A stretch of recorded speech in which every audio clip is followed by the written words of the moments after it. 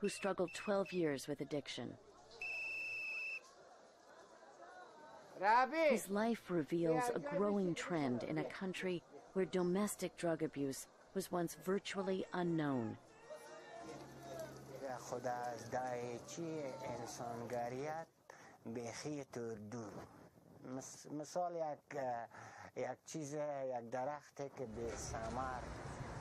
Realizing how his addiction affected his family, Abdurrahman quit using heroin. He is very firm about his outlook on those working in the illegal drug trade.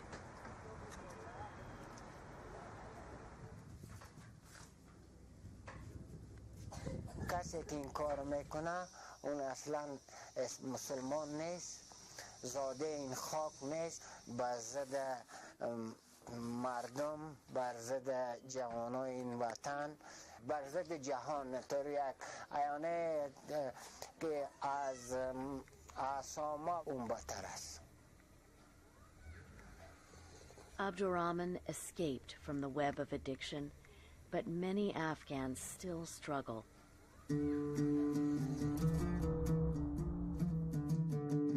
North of the Hindu Kush in Afghanistan is where the Central Asian steppes begin, a flat, grassy plain that stretches hundreds of miles into Russia. In Balkh province, farming and herding still prevail as a way of life.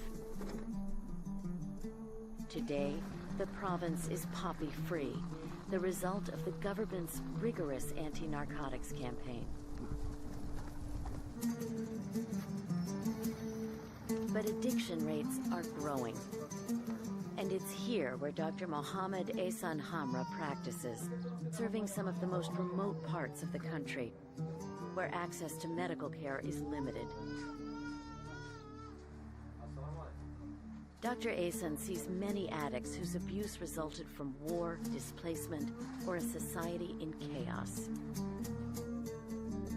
However, he also encounters traditional communities where drug addiction is rampant. The UNODC estimates 1/3 of the people in this district, mostly Turkmen, are drug addicted. بیشتر قوم ترکمن به شکل قبیلوی زندگی میکنن و از سالهای بسیار زیاد یا مصروف استعمال مواد مخدر، آن هم به خاطر کاهش دردشان است و عدم دسترسی به خدمات صحی باعث از این شده که سالهای زیاد این مردم از اوپیوم یا تریاک من حیث دوای ضد درد استفاده کنند و عامل اصلی هم من فکر میکنم که یا کارهای سنگین هم مثل قالین بافی و چیزهای دیگه میکنن. In a traditional village, opium addiction may look different than an urban setting. 50-year-old Najiba, a mother of 5, is a carpet weaver whose rugs are sold in shops in the provincial capital of Mazar-e Sharif, 30 miles away.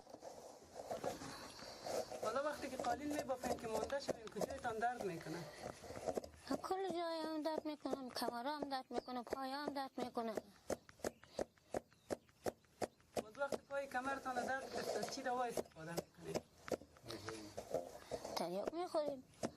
تریاک خوب میکنه. ها، کمتر جمع میکنه جانایی. Opium also serves another purpose for rug weavers needing to keep their hands free of child-caring duties. روزانه چند وقت دیوشتتان تریاک میدین؟ 2 وقت.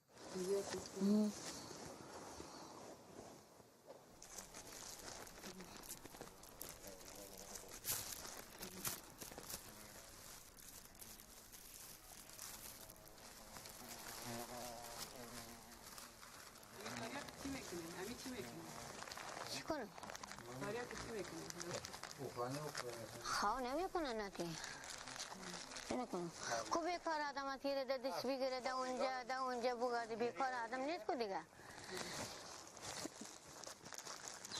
از نظر ما یک تراژدی است، یک تراژدی انسانی که یک طفل هیچ گناهی نداره که او معتاد شود، او احتیاط کسب کنه و تجربه که ما در این ساحه دارم و کارهایی که در این ساحه ما کردیم این برای من نشان داده که مادرات و عدم آگاهی از ضرر مواد مخدر یا از ضرر تریاک یا اوپیوم و اونمو هست که طفل که هیچ گناهی نداره و گناهی از اونمو هست که جامعه فقیری مثل افغانستان، جامعه که سطح آگاهی مردم آنقدر بلند نیست که از ضرر مواد مخدر بفهمند که اولاد خود که بسیار دوست داشتنی می باشند و زندگی راحت داشته باشند، زندگی عاری از مواد مخدر داشته باشند.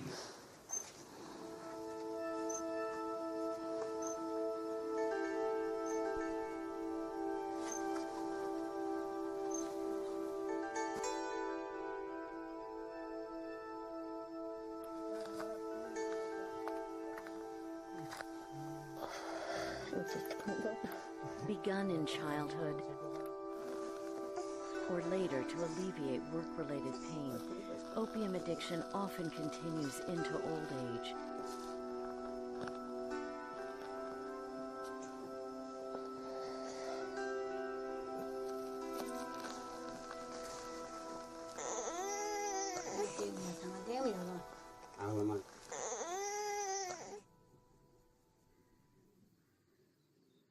While illegal opium is a threat within Afghanistan, it's also a threat to the world community, and solutions must extend beyond Afghanistan's borders.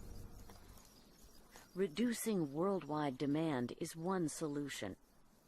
If you eradicated every opium poppy in Afghanistan, you would still have drugs on the streets of my constituency and, you know, in small town America. What we have to do is we have to focus on dealing with demand for drugs and not just seeing it as a question on the supply side.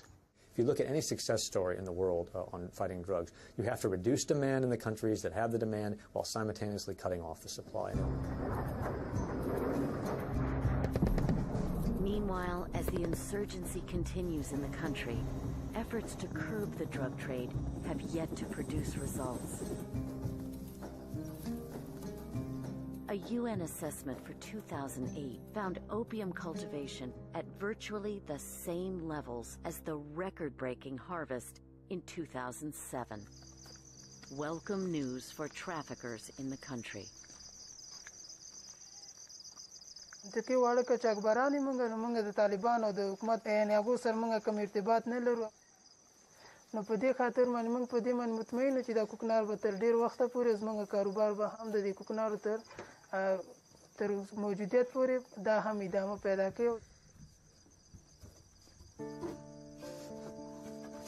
There's agreement Afghanistan's illegal drug trade slows the country's progress toward becoming a stable, economically independent democracy.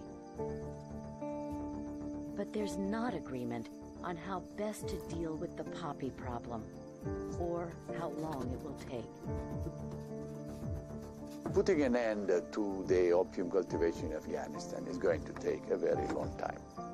Perhaps 20 years, perhaps 25 years. But we have to start, and we are starting now. It took almost 30 years for Afghanistan to get into the condition that it's in now. It will take a long time to rebuild the institutions, the trust among people, and the basic functionings of the economy.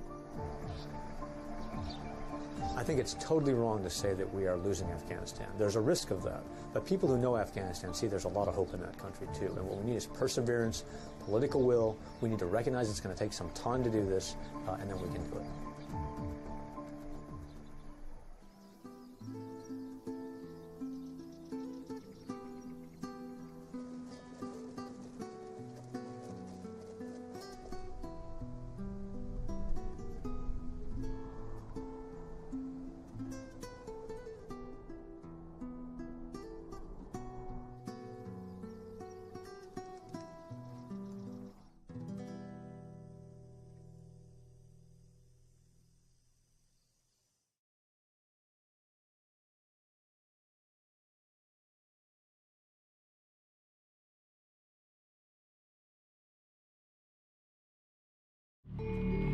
Tehran's Hafte-Tir Square is a hub of activity even at night. Along with shops and restaurants, there's also underground business